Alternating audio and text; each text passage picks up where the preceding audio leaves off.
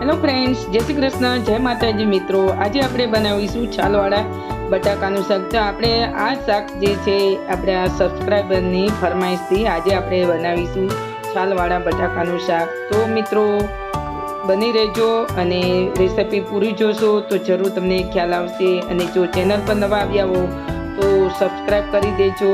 અને તો ચાલો આજે આપણે છાલવાળા બટાકાનું શાક બનાવીશું। તો શાક આપણે કેવી રીતે બનાવવું, તો અહીંયા આપણે બટાકા લઈ લીધા છે, 500 ગ્રામ બટાકા લીધા છે। બટાકાને આપણે છાલ સાથે આપણે એને કટિંગ કરી લેવાના છે। અને અહીંયા આપણે જે મસાલા ઉમેરવાના છે, લીલા ધાણા આપણે કટ કરી લેવાના છે।